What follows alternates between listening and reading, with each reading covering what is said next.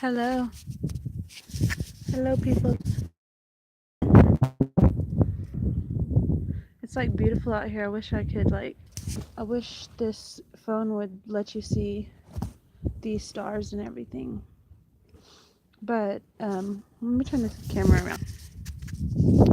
I'll let you see the moon, I guess. Okay, let's see. Yeah. Okay, so I'm gonna read, like, this part that is, like, lighting up my heart, So I have to fucking share it. That's what we have to do. We have to do that. Oh, anyways, so it's Dr. Sarah J. Buckley. She wrote a book called Gentle Birthing, Gentle Mothering. And this is page 32. I take no claim to any of this anyway, by the way. But it was a book for free on web. And this is chapter 4, Healing Birth, Healing the Earth. You ready? Okay. It says, birth. She is dying. This personal and unspeakably powerful initiation, the only road to motherhood for our ancestors, has been stripped of her dignity and purpose in our times. Birth has become a dangerous medical disease to be treated with escalating levels and types of technological interventions.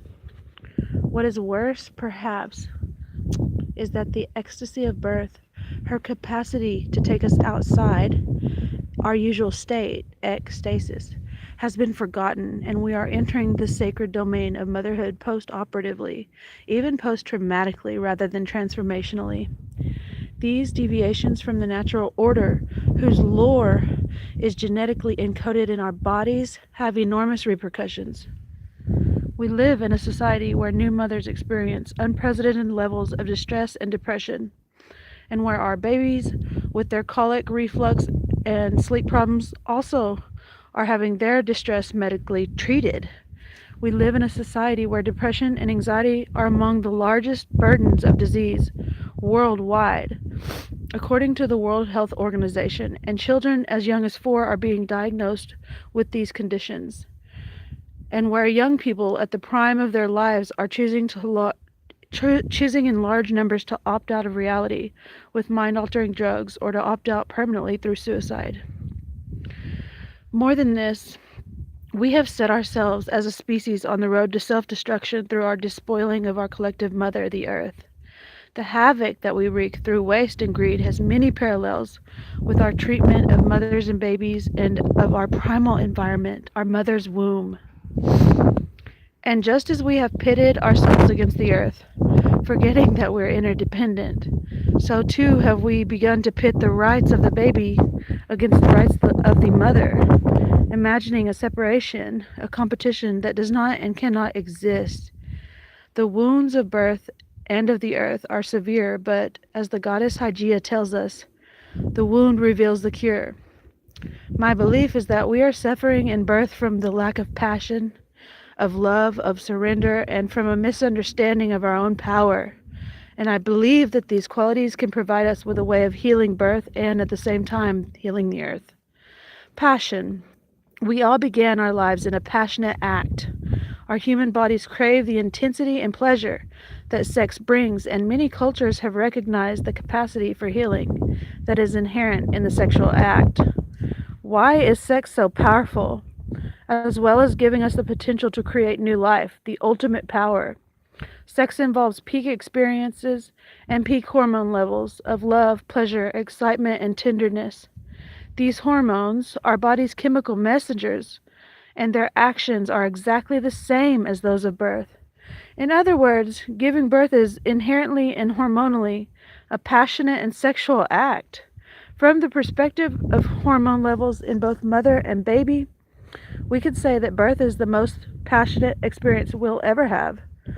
Oxytocin, the hormone of love, builds up during labor, reaching peak levels at the moment of birth and creating loving, altruistic feelings between mother and baby.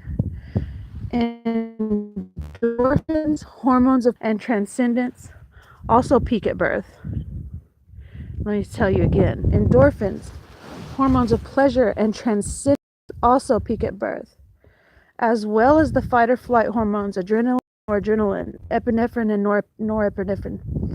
These fight or flight hormones protect the baby from lack of oxygen in the final stages of birth and ensure that mother and baby are both wide-eyed and excited at first contact. Listen up. Prolactin, the mothering hormone. Yeah. Prolactin, the mothering hormone, helps us to surrender to our babies, giving us the most tender of maternal feelings as our reward. But these passionate hormones are not just feel-good add-ons. They actually orchestrate the physical processes of birth and sexual activity, and enhance efficiency, safety, and ease for both mother and baby. This hormonal cocktail also rewards birthing mothers with the experience of ecstasy and fulfillment. Ooh, the wind just came through. Making us want to give birth again and again. All mammals share virtually the same hormonal crescendo at birth. This is a necessary prerequisite for mothering in most species, switching on instinctive maternal behavior. Birthing passionately does not necessarily mean birthing painlessly, although this may happen for some women. Giving birth is a huge event, emotionally and physically, and will make demands on the body equivalent to, for example, running a marathon. But when a woman feels confident in her body, well supported, and able to express herself without inhibition, the pain that she may feel can become easily bearable and just one part of the process. Let me see. Yes. Yeah, thank you to Sarah J. Buckley, the doctor. Okay. She can then respond instinctively with her own resources, including her most basic and accessible tools: breath, sound, and movement. The problem in our times is that the passion of birth is neither recognized nor accommodated. Birth has become a dispassionate medical event, usually occurring in a setting that discourages emotional expression. If we are to reclaim our birthing passion, we must give ourselves permission to birth passionately, and we must choose our birth setting and birth attendants with this in mind. Birth in these circumstances will be more straightforward, with less need for intervention, helping us to step into new motherhood with confidence and grace. I'm not saying I have done any of this yet, or if I will, just saying, this is a big deal. Lighten me up. Okay, passion, to my mind, is an opposite and an antidote for despair and depression. Hell yeah. This is clear physiologically and hormonally. If we gave birth and were born in passion, how different would our primal emotional imprint be? You hear that? And what about our brain chemistry, which is being set even as we are born? Some studies have linked exposure to drugs and medical procedures at birth with an increased risk of drug addiction, suicide, and antisocial behavior in later life. And other commentators have suggested that contemporary problems such as learning disorders, ADHD, may also be linked to drugs and intervention at birth. As a birthing mother, this is not me speaking, this is the Dr. Sarah J. Buckley right here.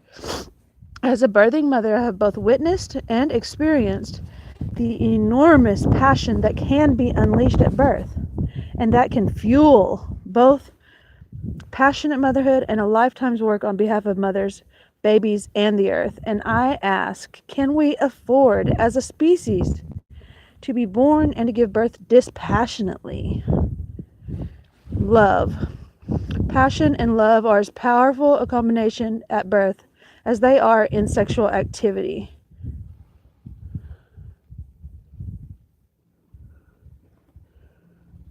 Wow. Thanks. Okay, I'll keep reading.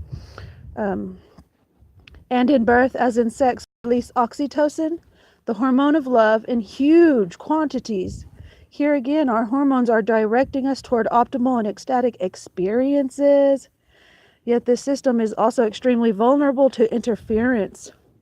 For example, A laboring woman's production of oxytocin is drastically reduced by use of epidural pain relief. This is the reason why epidurals prolong labor. And even when an epidural has worn off, her oxytocin peak, which causes the powerful final contractions that are designed to birth her baby quickly and easily, will still be significantly lessened, and she is more likely to have her baby pulled out with forceps as a result.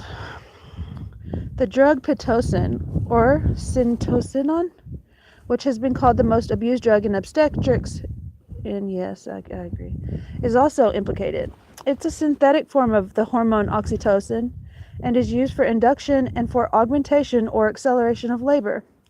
Large numbers of women giving birth in developed countries receive large doses of this drug in labor for one of these reasons. For example, in Australia, this figure approaches 50%.